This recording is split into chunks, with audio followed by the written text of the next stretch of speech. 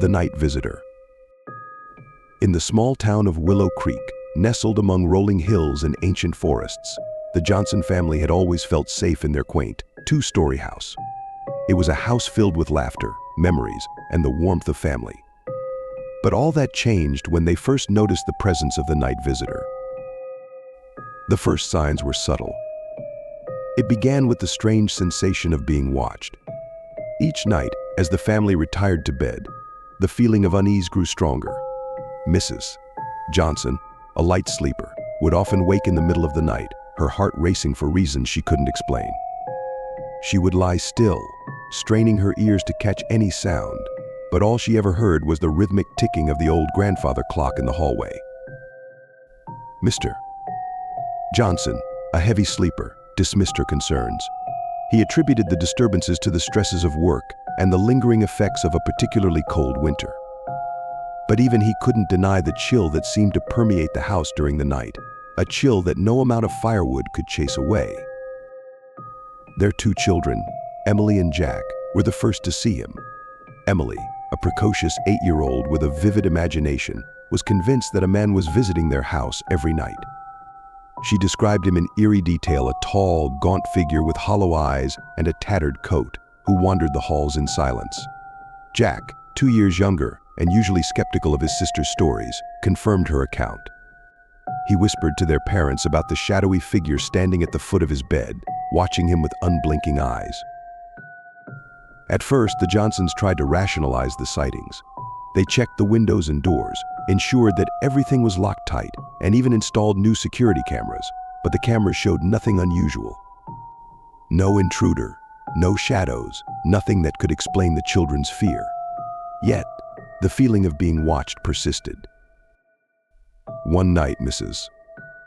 Johnson decided to stay up and see for herself. She settled into the armchair in the living room, a cup of tea in her hands, and waited. The house was quiet, save for the occasional creak of the wooden floors and the distant hoot of an owl. Hours passed, and just as she was about to give up and head to bed, she saw him. He appeared at the top of the stairs, his form barely visible in the dim light. He stood there for what felt like an eternity, his hollow eyes fixed on her. Mrs. Johnson's breath caught in her throat as she struggled to move, to scream, to do anything. But her body was paralyzed with fear. The man slowly descended the stairs, his movements deliberate and silent. He passed by her chair, close enough that she could feel the cold emanating from his body, and then he was gone, disappearing into the darkness of the hallway. When morning came, Mrs.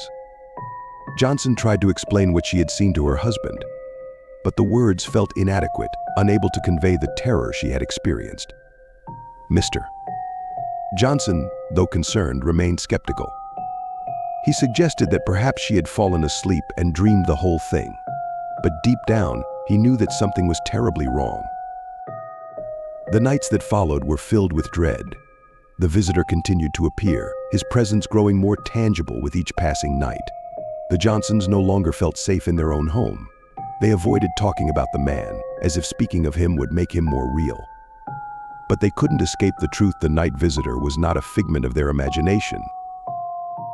Emily and Jack became increasingly withdrawn, their once lively spirits dampened by fear. Emily refused to sleep in her own room, insisting on sharing a bed with her parents. Jack, who had always been brave for his age, was now plagued by nightmares. The children's schoolwork suffered, and their teachers expressed concern over their sudden change in behavior. Desperate for answers, Mr. Johnson began researching the history of their house. He discovered that it had been built in the late 1800s and had a long and storied past. Previous owners had reported strange occurrences, but nothing as sinister as what the Johnsons were experiencing. The house had changed hands many times, each family staying only a few years before moving on. There were no records of any tragic events or deaths associated with the property, but the stories of unexplained phenomena were enough to unsettle him. The Johnsons decided to seek help. They contacted a local historian, hoping to uncover more information about their home. The historian, a kindly old man named Mr. Whitaker, was fascinated by their story and agreed to assist them. He delved into the town's archives, searching for any clues that might explain the presence of the night visitor. Mr. Whitaker spent countless hours poring over old newspapers, town records, and personal diaries of previous homeowners. His research was thorough and meticulous, driven by a genuine curiosity and a desire to help the Johnson family. Days turned into weeks, and just as the Johnsons were beginning to lose hope, Mr. Whitaker uncovered something that sent chills down his spine.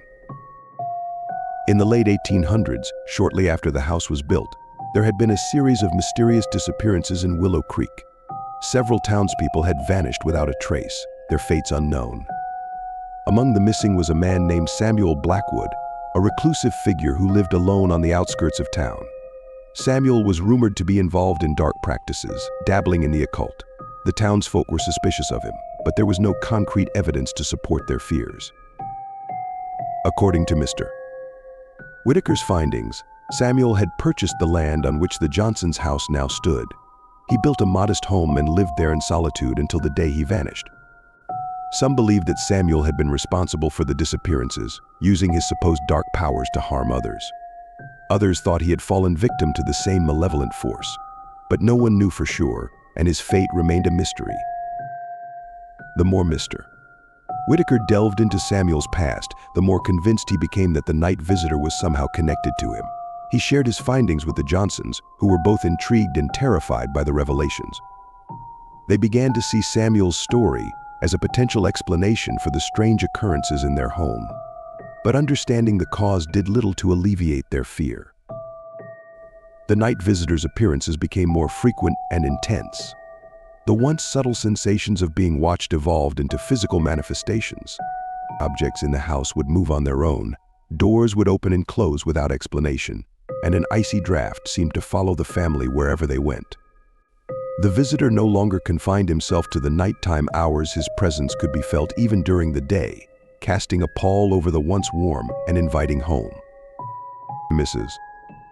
Johnson, desperate to protect her family, decided to consult a medium.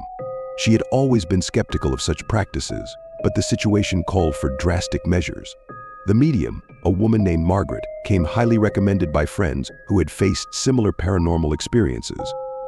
She arrived at the Johnsons' home one sunny afternoon, her demeanor calm and composed despite the ominous task ahead. Margaret conducted a thorough walkthrough of the house, her keen senses picking up on the energy that permeated the space. She spent hours in quiet contemplation, communicating with the spirits she believed were present. When she finally spoke, her voice was grave. She confirmed what the Johnsons had feared. The night visitor was indeed the spirit of Samuel Blackwood. His soul was trapped in the house, bound by unfinished business and a lingering connection to the land. Margaret explained that Samuel's restless spirit had been awakened by the family's presence, drawing him back to the place where he had met his mysterious end. The medium proposed a ritual to cleanse the house and help Samuel's spirit move on. She warned that it would not be easy, as the bond between Samuel and the house was strong. The Johnsons agreed to the ritual, willing to try anything to reclaim their home and their peace of mind. On the night of the ritual, Margaret gathered the Johnsons in the living room. She instructed them to form a circle and hold hands, creating a barrier of energy that would protect them from any malevolent forces. Margaret lit candles and burned sage, the fragrant smoke swirling through the air. She began to chant, her words ancient and powerful, calling upon the spirits to reveal themselves. The atmosphere in the room grew tense, the temperature dropping rapidly. Shadows danced on the walls, and the flickering candlelight cast eerie shapes that seemed to move of their own accord. The Johnsons could feel a presence growing stronger, the air thick with anticipation. As Margaret's chanting reached a crescendo, the night visitor appeared. Samuel's ghostly figure materialized in the center of the circle, his hollow eyes staring into the souls of the living. The room was filled with an overwhelming sense of sorrow and despair, the emotions of a man who had been trapped in limbo for over a century. Margaret continued her incantations, her voice unwavering despite the oppressive atmosphere. She called upon the spirits of the earth and the ancestors of Willow Creek to guide Samuel's soul to the afterlife. The candles burned brighter, their flames reaching higher, as if responding to her words. Samuel's form began to waver, his outline growing faint. The temperature in the room started to rise, and the oppressive feeling of dread began to lift. The Johnsons watched in awe and trepidation as Samuel's spirit slowly dissolved, his presence fading into the ether. The ritual lasted for what felt like hours, but finally, Margaret lowered her hands and the candles extinguished themselves. The room was silent, the air clear and still. The night visitor was gone, his spirit released from its earthly bonds. The Johnsons felt a wave of relief wash over them, their home once again filled with warmth and light. For the first time in months, the Johnson family felt a sense of peace. The heavy weight that had hung over their home was lifted, and the oppressive chill that had seeped into every corner was gone. They were cautious, though, not wanting to believe too quickly that their ordeal was over. But as days turned into weeks without any sign of the night visitor, their confidence grew. Emily and Jack began to sleep through the night, their nightmares fading away like morning mist. They played in the house with a renewed sense of joy, their laughter echoing through the hallways. Mr. and Mrs. Johnson, though still wary, allowed themselves to relax. They even hosted a small gathering with close friends to celebrate their newfound tranquility, filling the house with the warmth of companionship. Mr.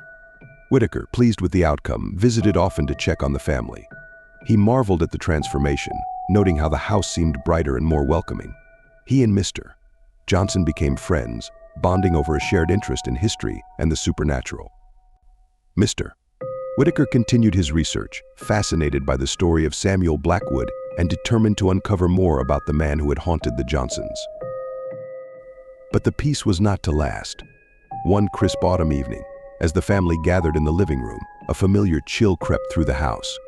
The air grew heavy, and the sense of being watched returned. Mrs. Johnson, who had been knitting by the fire, froze as a shadow flitted across the room. She looked up, her eyes meeting Mr. Johnson's, and saw the same fear reflected back at her. Emily and Jack, sensing the change in the atmosphere, huddled close to their parents. The feeling of dread was palpable, stronger than ever before. The night visitor was back, and this time, his presence was more powerful and menacing. That night, Samuel appeared at the foot of their bed. His eyes were darker, his form more defined. He seemed angry, his presence radiating a malevolent energy that filled the room. The Johnsons were paralyzed with fear, unable to move or speak. Samuel's ghostly figure loomed over them, his hollow eyes boring into their souls. In the days that followed, the disturbances intensified. Objects flew across rooms, shattering against walls. The house itself seemed to groan in pain, the floorboards creaking and the walls vibrating with an unseen force.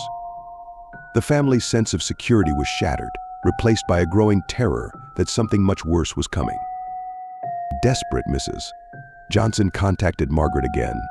The medium returned, but this time she seemed more apprehensive. She could sense that Samuel's spirit had grown stronger and angrier.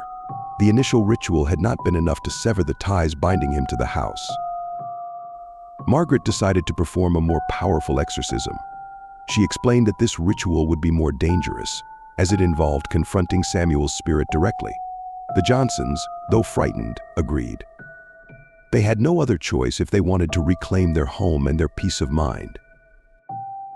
On the night of the exorcism, Margaret set up an altar in the living room. She drew protective symbols on the floor and walls, lit candles of various colors, and burned incense to purify the space. The Johnsons stood by, their anxiety palpable as they watched Margaret prepare. The ritual began with Margaret invoking the spirits of the earth and the ancestors once more. Her chants were louder, more forceful, as she called upon the powers of light to dispel the darkness that had taken root in the house. The air grew thick with tension, the candles flickering wildly as if caught in an unseen wind. Samuel appeared, his presence more menacing than ever. The room filled with an icy cold, and the oppressive feeling of dread returned. Margaret stood her ground, her voice unwavering as she confronted the spirit. She demanded that Samuel reveal his true purpose, to explain why he remained bound to the house. The ghostly figure seemed to hesitate, his form flickering as if caught between worlds. The Johnsons watched in silent terror, their hearts pounding in their chests. Samuel's hollow eyes fixed on Margaret, and for a moment the room was silent. Then, in a voice that seemed to come from the depths of the grave, Samuel spoke. He revealed that he had been searching for something, a part of him that had been lost when he died. His spirit was trapped in a cycle of torment, unable to move on until he found what he sought. Margaret, understanding the gravity of the situation, asked what it was that Samuel needed. The ghostly figure's eyes flickered with a strange light, and he raised a hand to point towards the basement door. The Johnsons had always avoided the basement, a dark and damp place that seemed to exude a sense of unease. But now, it seemed, the key to ending their nightmare lay within its depths. Margaret led the way, her candles casting eerie shadows on the walls as they descended the creaking stairs. The basement was cold and damp, filled with the remnants of forgotten years. Samuel's presence was stronger here, the air thick with his sorrow and desperation. In a far corner, hidden beneath old crates and dusty tarps, they found a small, weathered box. Margaret opened it carefully, revealing a collection of personal items: a locket, a journal, and a small, intricately carved figurine. These were Samuel's belongings, the last remnants of his earthly life. Margaret instructed the Johnsons to bring the items upstairs. They returned to the living room, where Margaret placed the box on the altar. She resumed her chants, calling upon the spirits to reunite Samuel with his lost possessions and grant him the peace he sought. The air in the living room was charged with an almost tangible energy. The candles burned with a fierce intensity, their flames flickering in the unseen currents of spiritual power. Margaret's chants grew louder, more insistent, as she implored the spirits to grant Samuel release. The Johnsons stood by, their eyes fixed on the altar where Samuel's possessions lay. As Margaret's voice echoed through the room, Samuel's ghostly form began to materialize once more. He appeared more solid, more human than he had before. The sorrow and anger that had defined his presence seemed to ebb away, replaced by a palpable sense of longing. His hollow eyes, once so filled with despair, now held a glimmer of hope. Margaret continued her incantations, guiding Samuel's spirit towards the box. The items inside were the key to his release, the remnants of a lifelong past that he had clung to in death. Samuel reached out with a trembling hand, his fingers brushing against the locket. As he touched it, a wave of emotion washed over him, and the room was filled with a soft, ethereal glow. The Johnsons watched in awe as Samuel's form seemed to merge with the light. His expression softened, the lines of torment easing from his face. He lifted the locket, the journal, and the figurine, holding them close, as if they were the most precious things in the world. Margaret's chants slowed, her voice taking on a soothing, almost lullaby-like tone. With a final, gentle plea, Margaret called upon the spirits to guide Samuel to his final resting place. The light around him intensified, enveloping his form in a radiant halo. The temperature in the room began to rise, the oppressive chill dissipating as warmth and peace took its place. The Johnsons felt a sense of calm wash over them, the fear and anxiety of the past months melting away. Samuel's figure grew fainter, the light carrying him upward, away from the earthly realm. His eyes met Margaret's one last time, filled with gratitude and relief. As he faded into the glow, a soft, almost imperceptible whisper filled the room. It was a whisper of thanks, a final farewell from a spirit finally at peace. The light slowly dimmed, the room returning to its normal state. The candles flickered out, their purpose fulfilled. Margaret lowered her hands, her expression one of quiet satisfaction. The Johnsons stood in silence, absorbing the profound sense of tranquility that had settled over their home. For the first time in months, the house felt truly at peace. The shadows that had lingered in the corners were gone, replaced by a warmth that filled every room. The Johnsons knew that Samuel's spirit had finally found rest, and with it, their lives could return to normal. In the days that followed, the family began to heal. The fear that had gripped their hearts was replaced by a renewed sense of hope and security. Emily and Jack resumed their playful routines, their laughter once again echoing through the halls. Mr. and Mrs. Johnson found solace in the simple joys of family life, grateful for the peace that had been restored. Margaret visited the Johnsons one last time to ensure that the ritual had been successful. She confirmed that the house was free of any lingering spirits and congratulated the family on their bravery and resilience. She reminded them that the bond they shared as a family was their greatest strength and that love and unity could overcome even the darkest of forces. Mr. Whitaker, ever the historian, documented the entire experience. He included Samuel's story in his research, preserving the tale for future generations. The Johnsons' ordeal became a part of Willow Creek's history, a reminder of the mysteries that lay hidden beneath the surface of everyday life. As autumn turned to winter, the Johnsons decorated their home for the holidays. The house, once filled with fear and uncertainty, now radiated warmth and joy. Friends and family gathered to celebrate, filling the rooms with laughter and love. The Johnsons had faced a terrifying ordeal, but they had emerged stronger and more united than ever. Late one night, as snow gently fell outside, Mrs. Johnson stood by the window, gazing out at the serene landscape. She thought of Samuel, hoping that his spirit had found the peace it deserved. She felt a soft, comforting presence beside her, as if the night visitor had returned one last time to say goodbye. She smiled, knowing that their home was finally truly at peace. The Johnson story spread throughout Willow Creek, becoming a local legend.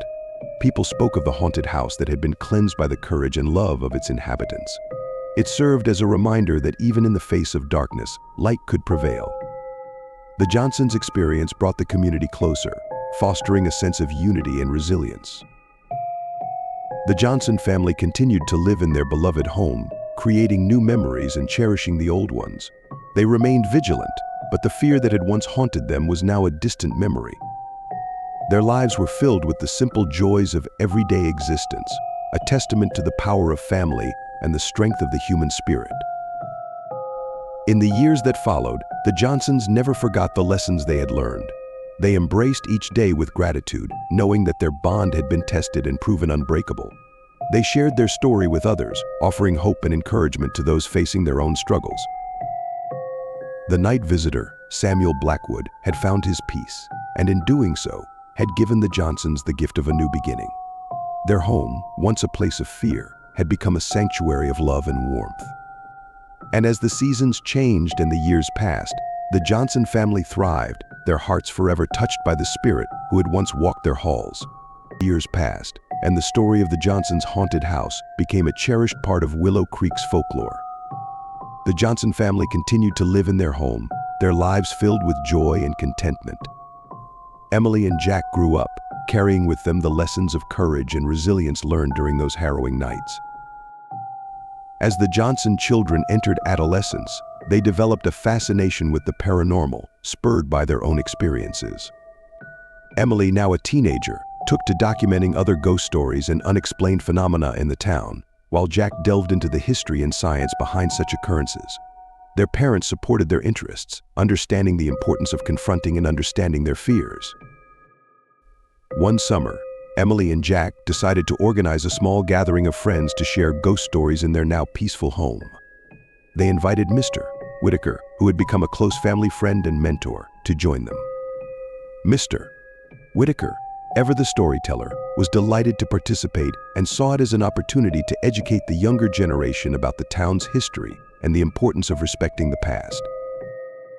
The evening was filled with laughter and excitement as the group gathered in the living room, the flickering candlelight casting playful shadows on the walls. Mr.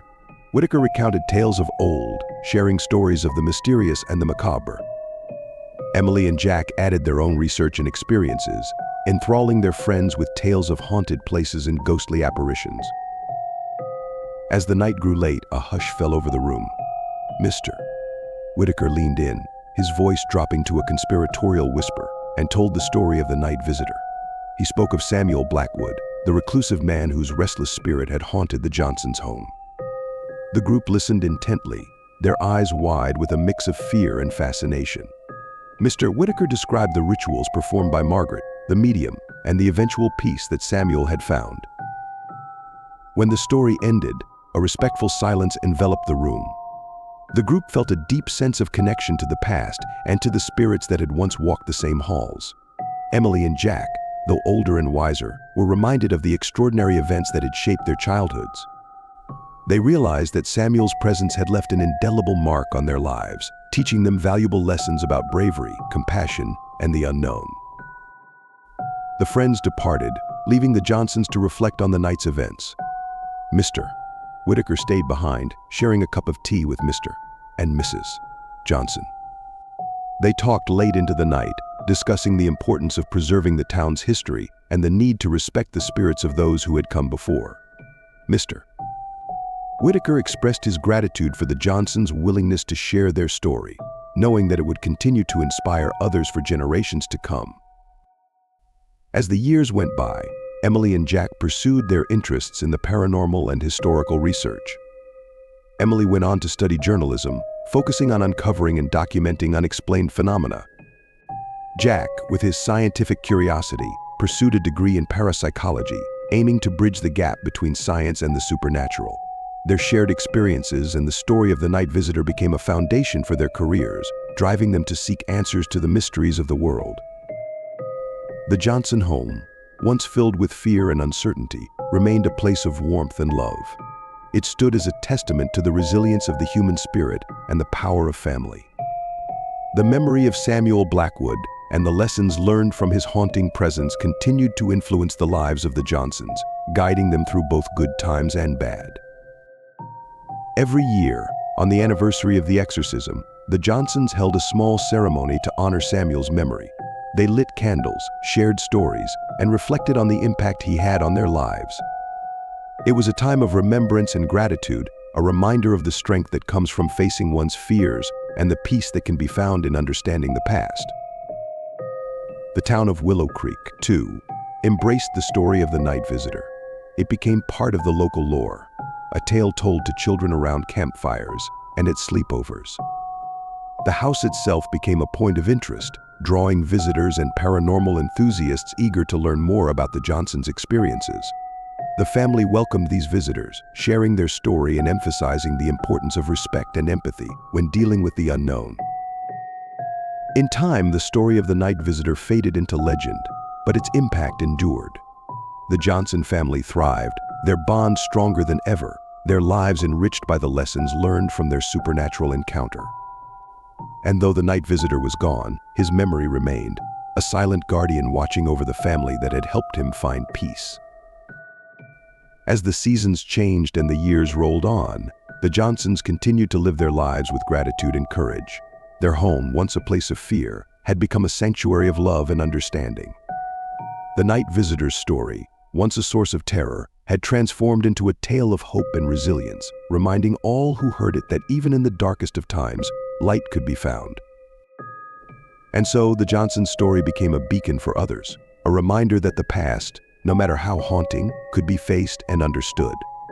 Their lives, forever touched by the presence of the night visitor, were a testament to the enduring power of family, courage, and the human spirit.